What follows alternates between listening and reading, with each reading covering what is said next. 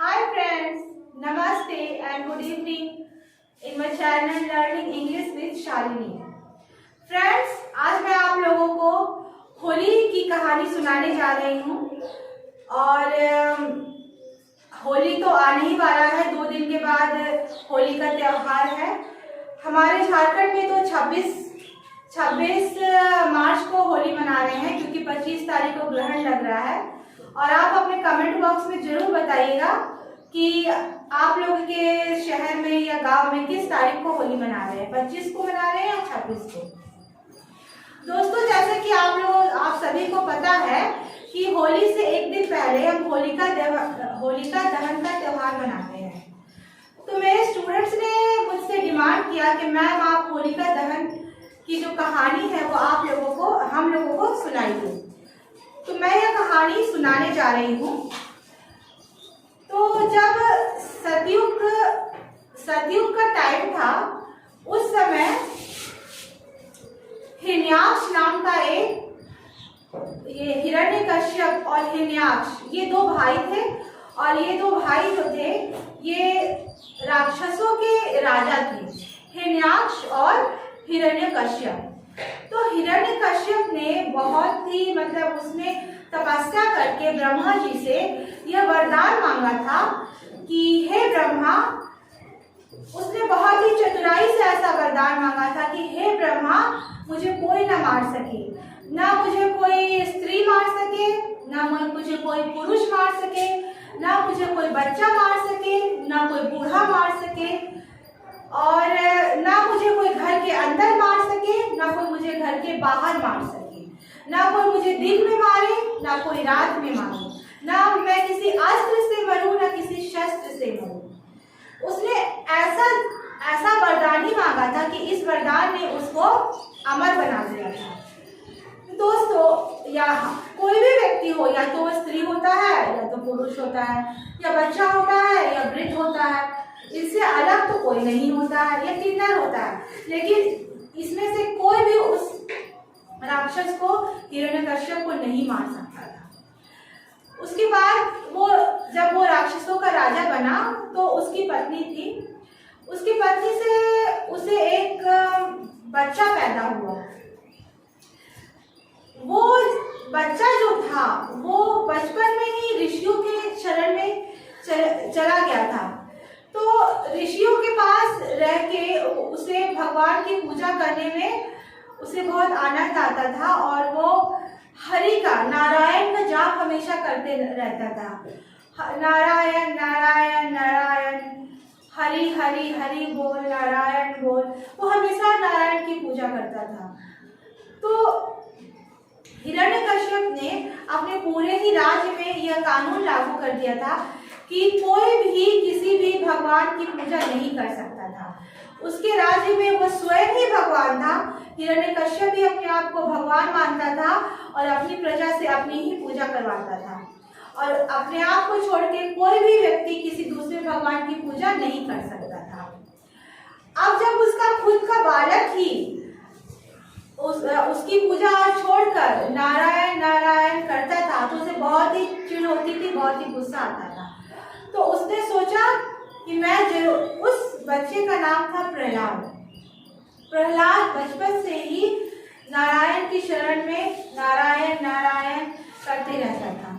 उसने प्रहलाद को बहुत धमकाया कि तुम हरि की पूजा छोड़ दो, तुम अपने पिता और अपने परमेश्वर की पूजा करो, हिरण्यकश्यप की पूजा करो।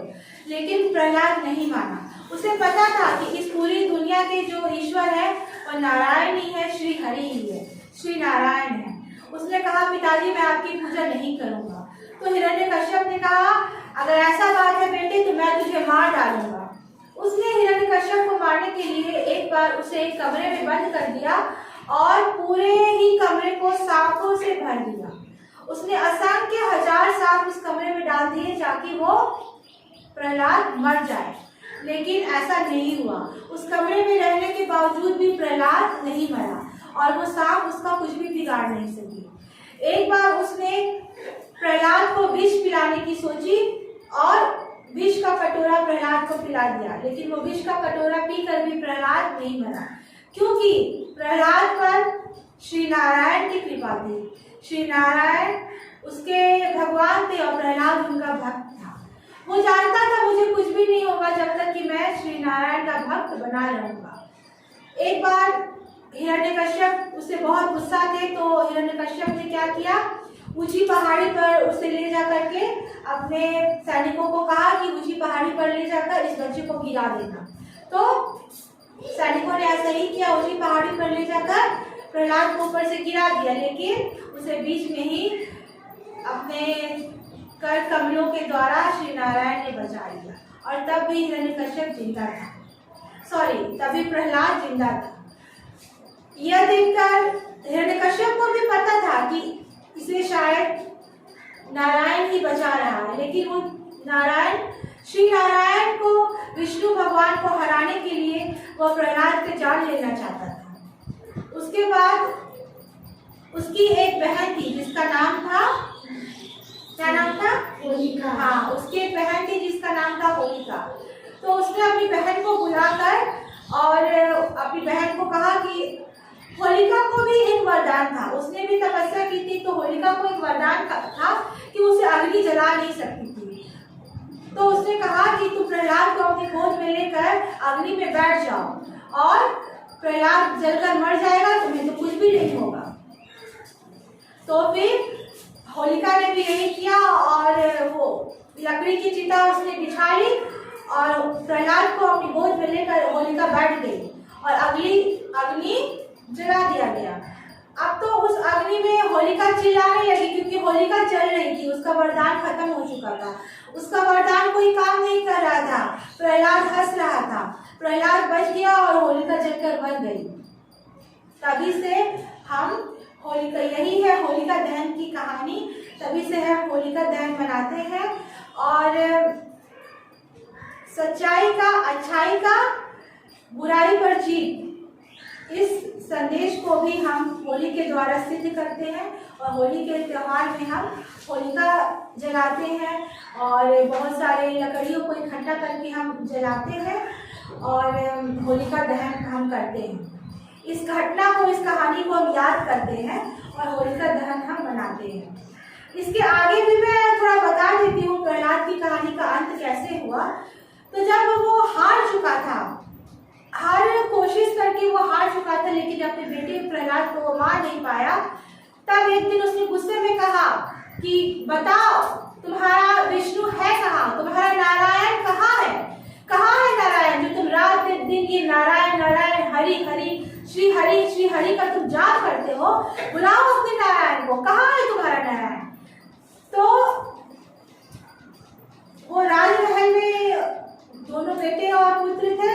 तो फिर प्रहलाद ने कहा पिताजी मेरा नारायण हर जगह है, इस दीवार में भी मेरे नारायण है, इस धरती में भी मेरे नारायण है, इस आकाश में भी मेरे नारायण है, इस खंभे में भी मेरे नारायण है। आप जिस आसन पर बैठे हैं उस राज आसन में भी मेरे नारायण है। तो जब ऐसा उसने कहा तो फिर उसने और हंसी उड़ाई हिरण्यकश्यप ने, हा हा हा हा हा हा हा हा हा हा हा, तुम ये कहते हो इस दीवार में नारायण है, तो क्यों नहीं तुम्हारा नारायण प्रकट होता है? इस खंभे में नारायण है, तुम्हारा नारायण प्रकट क्यों नहीं होता है?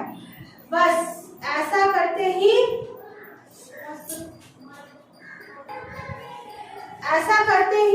जब हिरण्यकश्यप ने कहा तो उस खंभे को फाड़कर नरसिंह भगवान, विष्णु जी के अवतार नरसिंह देवता प्रकट हुए।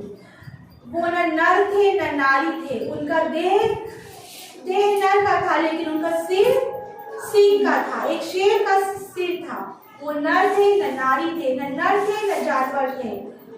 और उन्होंने उस समय न दिन था न रात था, उस समय सायंकाल की बेला जिसे कहते हैं वो था। उसने हिरण्यकश्यप को पकड़ के अपने नाखूनों से दबोच के और उन्होंने चौखट पर हिरण्यकश्यप को घसीट कर लाया और अपने नाखूनों से उसकी छाती फाड़ दी और उसका पेट फाड़ दिया और हिरण्यकश्यप को मार दिया।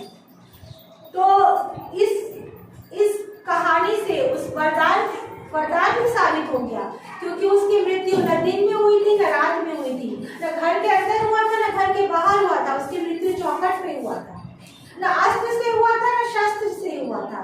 उसकी मृत्यु न तलवार से न भाले से हुई थी, उसकी मृत्यु हुई थी ना एक सिंह के नाखूनों से। ये न अस्त्र होता है न शस्त्र होता है। उसे ना किसी नर ने मारा न नारी ने मारा, न किसी जानवर ने मारा, उसे तो नरसिंह देवता ने मारा। उसका वरदान भी सिद्ध हो गया और उसकी मृत्यु भी सिद्ध हो गई। तो दोस्तों, इस कहानी से हमें यह संदेश मिलता है कि हमें अगर कुछ वरदान मिला है, अगर हमारे अंदर कोई शक्ति है, तो उस शक्ति का उपयोग हमें अच्छे कर्मों के लिए करना चाहिए, ना कि किसी बुरे कर्म के लिए या किसी को बर्बाद करने के लिए। हमेशा अच्छाई के लिए अपनी टैलेंट को, अपनी शक्तियों का हमें उपयोग करना चाहिए। और अगर हम ईश्वर से वरदान लेकर किसी भी बुरे कर्म को करते हैं तो हमें भी बुरा फल प्राप्त होता है। और इस दुनिया में दोस्त कोई भी अमर नहीं है। जो भी पैदा हुआ है उसकी मृत्यु निश्चित है, चाहे वो कोई भी वरदान लेकर पैदा हो। भगवान हर किसी की मृत्यु निश्चित कर देते हैं। इस दुनिया में कोई भी अमर नहीं है, सिर्फ देवताओं और भगवान को छोड़कर कोई राक्षस, कोई मनुष्य इस दुनिया में अमर ना हुआ है, ना कभी अमर होगा। ओके दोस्त, हैप्पी होली।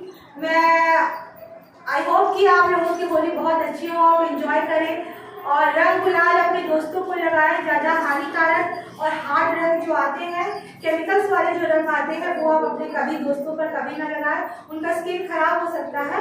गुलाल से और केमिकल फ्री रंग जो आते हैं और यूजर फ्रेंडली जो आते हैं, स्किन फ्रेंडली जो रंग आते हैं, आप उनका उपयोग करें और अपनी होली को खुशियों से भर दें और किसी तरह की कोई समस्या ना पैदा करें। ओके दोस्त, बाय।